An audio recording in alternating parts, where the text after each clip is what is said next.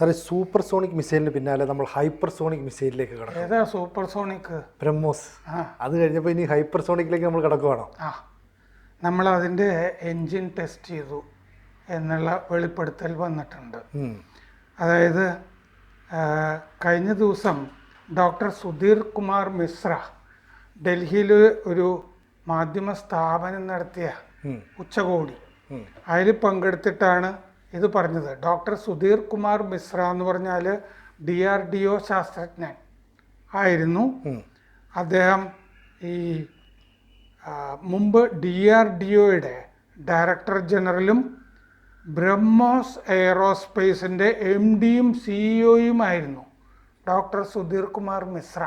അപ്പോൾ അദ്ദേഹത്തിന് കാര്യങ്ങളൊക്കെ അറിയാമല്ലോ.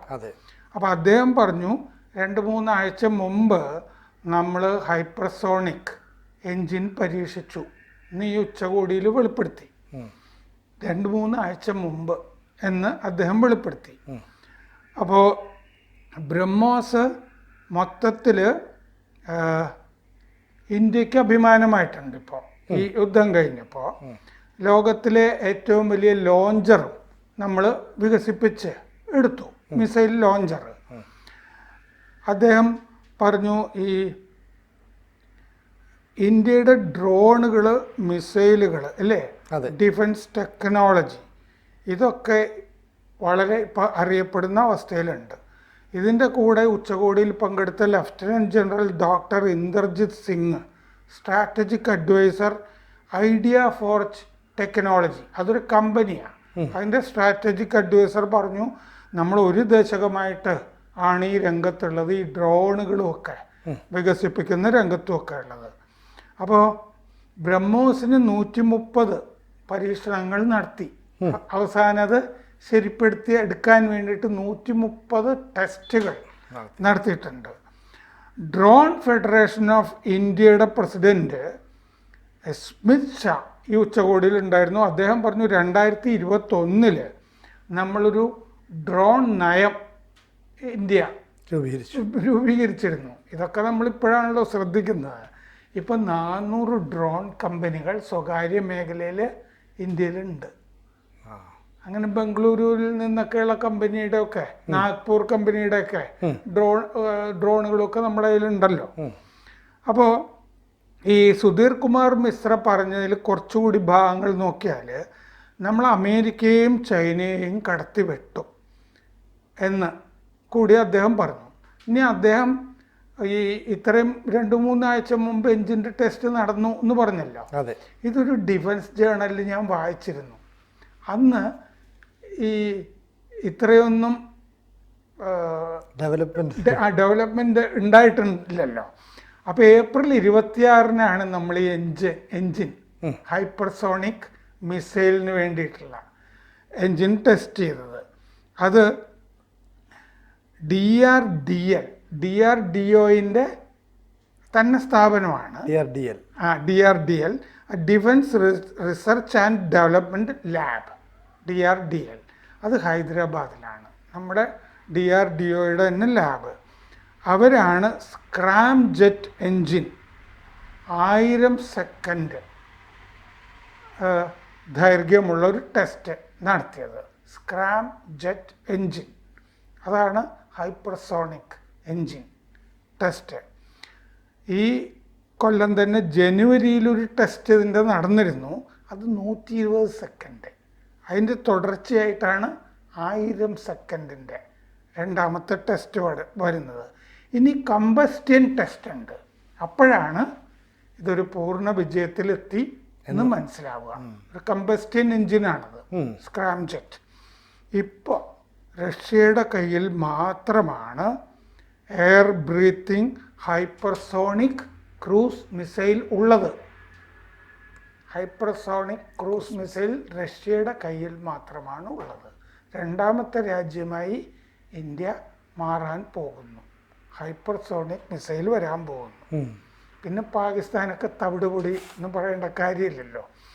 അപ്പോൾ hypersonic technology demonstrator vehicle HSTDU എന്ന് പറഞ്ഞൊരു പദ്ധതി നമുക്കുണ്ട് ഇന്ത്യക്ക്. ഇതൊക്കെ മോദി വന്ന ശേഷമുള്ള പരിപാടികളാണിത്. മണ്ണെണ്ണയാണ് ഇന്ധനം ഇതിൽ. Hypersonic speed using supersonic combustion ram jet engine ഇതാണ് ഉദ്ദേശിക്കുന്നത്.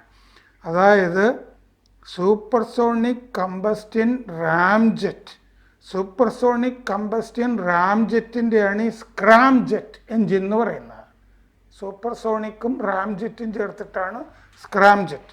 അപ്പോൾ നമ്മൾ സൂപ്പർസോണിക് കമ്പസ്റ്റൻ റാം ജെറ്റ് കൊണ്ട് ഹൈപ്പർസോണിക് സ്പീഡ് ഉണ്ടാക്കിയെടുക്കുന്ന പരിപാടിയാണ് വികസിപ്പിച്ചുകൊണ്ടിരിക്കുന്നത് സ്ക്രാം ജെറ്റ് എൻജിൻ കൊണ്ട്. ഹൈപ്പർസോണിക് ക്രൂസ് വെഹിക്കിൾ, അതായത് CV, mounted atop a rocket launch vehicle LV, rocket launch vehicle വഹിക്കുന്ന ഹൈപ്പർസോണിക് ക്രൂസ് മിസൈൽ അതാണ് ചെയ്യുന്നത്. അപ്പോൾ 30-35 കിലോമീറ്റർ ഓൾട്ടിറ്റ്യൂഡ്, മാക് 6.5 സ്പീഡ്, വലിയ സ്പീഡാണ്. മാക് 5ൻ്റെ ഒക്കെ മുകളിലൊക്കെ വന്നു കഴിയുമ്പോൾ തന്നെ. അപ്പോൾ ഈ CV, അതായത് ഹൈപ്പർസോണിക് മിസൈല്, അത് സെപ്പറേറ്റ് ചെയ്യും ഇതിൽ നിന്ന്, ആ വെഹിക്കിളിൽ നിന്ന് സെപ്പറേറ്റ് ചെയ്യും. ഈ റോക്കറ്റും ഉപഗ്രഹങ്ങളും ഒക്കെ സെപ്പറേറ്റ് ചെയ്യുന്ന പോലെ സെപ്പറേറ്റ് ചെയ്തിട്ട് സ്ക്രാം എഞ്ചിനെ ഇഗ്നൈറ്റ് ചെയ്യും. 20 സെക്കൻഡ് 6.5 മാക്സ് സ്പീഡിൽ ഇത് 20 സെക്കൻഡ് സഞ്ചരിക്കുകയും ചെയ്തു. അങ്ങനെയാണ് നമ്മുടെ ഒരു ടെസ്റ്റ് നടന്നത്. ഇപ്പോൾ 1000 സെക്കൻഡിൻ്റെയും ടെസ്റ്റ് നടന്നു. ഇത് ഈ വെഹിക്കിളിൽ നിന്ന്, അതായത് റോക്കറ്റ് ലോഞ്ച് വെഹിക്കിള്, അതിൽ നിന്ന് ഈ ക്രൂസ് വെഹിക്കിൾ അല്ലേ, മിസൈൽ, അതാണല്ലോ മിസൈൽ എന്ന് പറയുന്നത്. ആ റോക്കറ്റ് ലോഞ്ചർ അയക്കുന്നു, അതിൽ നിന്ന് പിന്നെ മിസൈൽ സെപ്പറേറ്റ് ചെയ്യുന്നു. അതിൻ്റെ ടെസ്റ്റാണ്. ആദ്യം നമ്മൾ 20 സെക്കൻഡിൻ്റെ ഒരു ടെസ്റ്റ് നടന്നിരുന്നു, ഇപ്പോൾ 1000 സെക്കൻഡിൻ്റെ. ഇത് രണ്ടും വിജയിച്ചു. ഇനി കമ്പസ്റ്റൻ ടെസ്റ്റ്. അപ്പോൾ 2020 സെപ്റ്റംബർ 7-നായിരുന്നു ആദ്യത്തെ ടെസ്റ്റ് ഇതിൻ്റെ. എന്ന് പറയുമ്പോൾ 5 കൊല്ലമായി നമ്മൾ ഇതിൻ്റെ പിന്നാലെ ഉണ്ട്. അതാണ് 2000 ഡിഗ്രി സെൽഷ്യസിൽ താപനിലയിൽ ഇത് സസ്റ്റെയിൻ ചെയ്യണം. ആ താപനിലയിലും ഇതിന് നിലനിൽക്കാൻ കഴിയണം 2000 ഡിഗ്രി സെൽഷ്യസിൽ. കാരണം അത്രയും താപം ഇതിൽ വരും, ആ സെപ്പറേറ്റ് ചെയ്യുമ്പോഴും ഇഗ്നൈറ്റ് ചെയ്യുമ്പോഴും കത്തുമ്പോഴും ഒക്കെ. റഷ്യയുടെ ഈ ഹൈപ്പർസോണിക് മിസൈൽ ഉണ്ടല്ലോ, അതിൻ്റെ പേര് സിർക്കോൺ എന്നാണ്. ഇന്ത്യ റഷ്യയുമായി ചേർന്ന് ബ്രഹ്മോസ് 2 ഹൈപ്പർസോണിക് ക്രൂസ് മിസൈൽ അതിൽ നമ്മൾ സഹകരിക്കുന്നുണ്ട്. ഈ പരീക്ഷണവും അത് തന്നെയാണോ എന്ന് സുധീർ കുമാർ മിശ്ര വെളിപ്പെടുത്തിയില്ല. പക്ഷെ ഞാൻ ഒരു സ്ഥലത്ത് വായിച്ചത് അത് തന്നെയാണിത്. ബ്രഹ്മോസ് 2 തന്നെയാണ് ഈ ഹൈപ്പർസോണിക് മിസൈൽ എന്ന് പറയുന്നതെന്ന് വേറൊരു സ്ഥലത്ത്, വേറൊരു ഡിഫൻസ് ജേർണലിൽ ഞാൻ വായിച്ചു. അപ്പോൾ ഇപ്പം തന്നെ ബ്രഹ്മോസ് എല്ലാ ലോക രാജ്യങ്ങളുടെയൊക്കെ ഒരു പേടി സ്വപ്നമാണ്. അറിയാം നമ്മൾ ബ്രഹ്മോസ് 2 കൂടെ വരുമ്പോൾ എന്തായിരിക്കും? ഹൈപ്പർസോണിക്, സൂപ്പർസോണിക് തന്നെ പേടി സ്വപ്നം. അതെ, മറ്റേതും ഈ പേക്കിനാവ് ഒക്കെ ആയി തീരും. ഇന്ത്യയുടെ long range hypersonic missile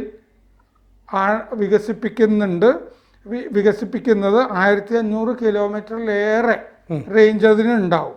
long range hypersonic missile. അപ്പോൾ 2024 നവംബർ 16 അതിൻ്റെ ടെസ്റ്റ് നടന്നിരുന്നു. അതായത് അത് ഈ ബ്രഹ്മോസ് 2 പുറമെ ആണോ എന്നൊരു സംശയമുണ്ട്. ഒരു ലോങ് റേഞ്ച് ഹൈപ്പർസോണിക് മിസൈൽ പദ്ധതി കൂടി ഇന്ത്യ ഡെവലപ്പ് ചെയ്തുകൊണ്ടിരുന്നത്. അതായത് 1500 കിലോമീറ്ററിൽ കൂടുതൽ റേഞ്ച് വരുന്ന ലക്ഷ്യം അല്ലേ? ലക്ഷ്യം.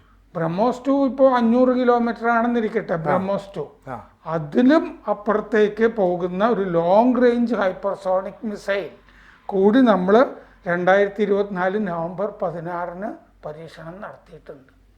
അപ്പോൾ 2 വേർഷനായി അതിൻ്റെ ഹൈപ്പർസോണിക്കിൻ്റെ. അതെ, ദീർഘദൂര ലക്ഷ്യത്തെ നോക്കുമ്പോൾ 500 ഒരു 1000 റേഞ്ചിനുള്ളിൽ നിൽക്കുന്നു. പിന്നെ അതിനും അപ്പുറത്തേക്ക് പോകുന്നു എന്നൊക്കെ പറയുമ്പോൾ സത്യത്തിൽ നമ്മുടെ രാജ്യത്ത് ഇരുന്നുകൊണ്ട് ശരിക്കും ശത്രു രാജ്യത്തെ അറ്റാക്ക് ചെയ്യാവുന്ന ഒരു സാധനം. അതെ അതെ അതെ അതെ ബാലിസ്റ്റിക്, ഇന്റർ കോണ്ടിനെന്റൽ ബാലിസ്റ്റിക് പോലെ ആയല്ലോ. ഇതൊരു ക്രൂസ് മിസൈലാണ് ഈ ബ്രഹ്മോസ് 2 എന്ന് പറയുന്നത്. മറ്റേത് ലോങ് റേഞ്ച് ഹൈപ്പർസോണിക് മിസൈലാണ്. അത്രയും വരുമ്പോൾ അത് ഇന്റർകോണ്ടിനെന്റൽ ബാലിസ്റ്റിക് മിസൈൽ എന്നൊക്കെ പറയാവുന്ന ഒരു അവസ്ഥയിൽ വരുമല്ലോ. അതെ, ചുരുക്കം പറഞ്ഞു കഴിഞ്ഞാൽ നമ്മൾ ഒരു വലിയ ആയുധ ശക്തിയായിട്ടൊക്കെ മാറുകയാണ് അല്ലേ? വലിയ ശക്തിയായിട്ട് മാറുകയാണ്. കൂടുതൽ വാർത്തകളും വിശേഷങ്ങളും നിങ്ങളിലേക്ക് എത്താൻ ABC മലയാളം സബ്സ്ക്രൈബ് ചെയ്യുക, ബെൽ ബട്ടണും അമർത്തുക.